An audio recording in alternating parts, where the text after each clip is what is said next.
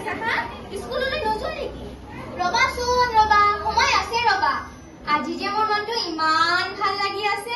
আগতে গাটো ধুই আহা না, ভাজিখন হলে ভাত দিব পাৰিম নহয়। ৰবাচোন সময় আছে ৰবা। আজি মোক মেমে বৰ ভাল পাব জানা। কিয়? কিনো ইমান ভাল কামটো কৰিলা? আজি মই গৰুৰ বিষয়ে এখন সুন্দৰকৈ ৰচনা লিখিছো। মেমে মোক বৰ ভাল বুলি কব।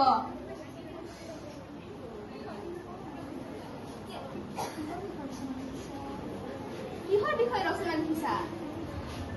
মই গৰুৰ বিষয়ে এখন ৰচনা লিখিছো। মেমে মোক বৰ ভাল বুলি কব। অ মা, তোমাক এবাৰ ৰচনাখন শুনাও নে?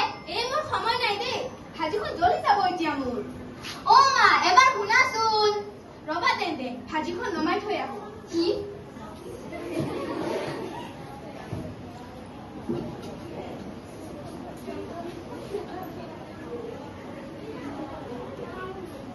দিয়া, তুমি পঢ়ি যোৱা আৰু মই তামোল কাটি থাকো।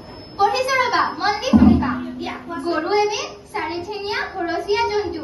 গৰুৰ দুটা চকু, এটা নাক, দুখন কাণ, ভৰি চাৰিখন আৰু এডাল নেজ আছে। গৰুৱে আমাক গাখীৰ দিয়ে। এই গাখীৰৰ পৰা চানা তৈয়াৰ কৰা হয়। আৰু চানাৰ পৰা বহুতো মিঠাই যেনে ৰসগোল্লা, কালাকন, ৰসমলাই আদি তৈয়াৰ কৰা হয়। আমাৰ গাঁৱৰ বাপুগণ খুৰাৰ বিয়াত সকলোকে দৈৰ সৈতে মিঠাইও খাবলৈ দিছিল। বিয়াত সাধাৰণতে মাইকী মানুহে মেখেলা চাদৰ পিন্ধে। মেখেলা চাদৰ আমাৰ জাতীয় সাজ। হে প্ৰভু, গৰুৰ বিষয়ে ৰচনাত আকৌ মেখেলা চাদৰযোৰ ক'ৰ পৰা আহিল? মই গোটেই মৰো। অ মা, তোমাক মই এই কাৰণে বেয়া পাওঁ। মাজতে মাত দিয়া। মেমে আমাক বহুত পইণ্ট ভৰাব কৈছে। মেমে কৈছে যিমান পইণ্ট ভৰাবা সিমান নম্বৰ পাবা। জানো পাই, পঢ়ি যোৱা, শুনি যোৱা, সাহস কৰিম দিয়া। পঢ়িছো ৰবা, এবাৰ কিন্তু মাজত মাত নিদিবা।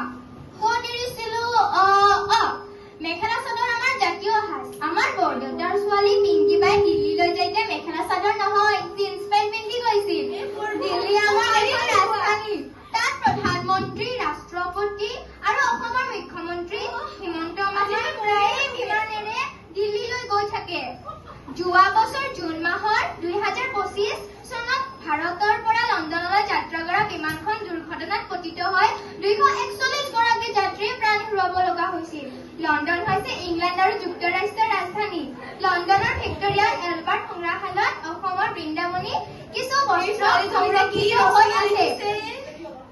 বৃন্দাবনী বস্ত্ৰ হৈছে মহাপুৰুষ শ্ৰীমন্ত শংকৰদেৱৰ তত্বাৱধানত অসমীয়া শিপিনীয়ে বৈ উলিওৱা এখন দীঘলীয়া বস্ত্ৰ। মহাপুৰুষ শংকৰদেৱে অসমত বৈষ্ণৱ ধৰ্ম প্ৰচাৰ কৰিলে। তেওঁ অসমীয়া জাতিৰ সাহিত্য সংস্কৃতি নিৰ্মাতা এগৰাকী অৱতাৰী পুৰুষ।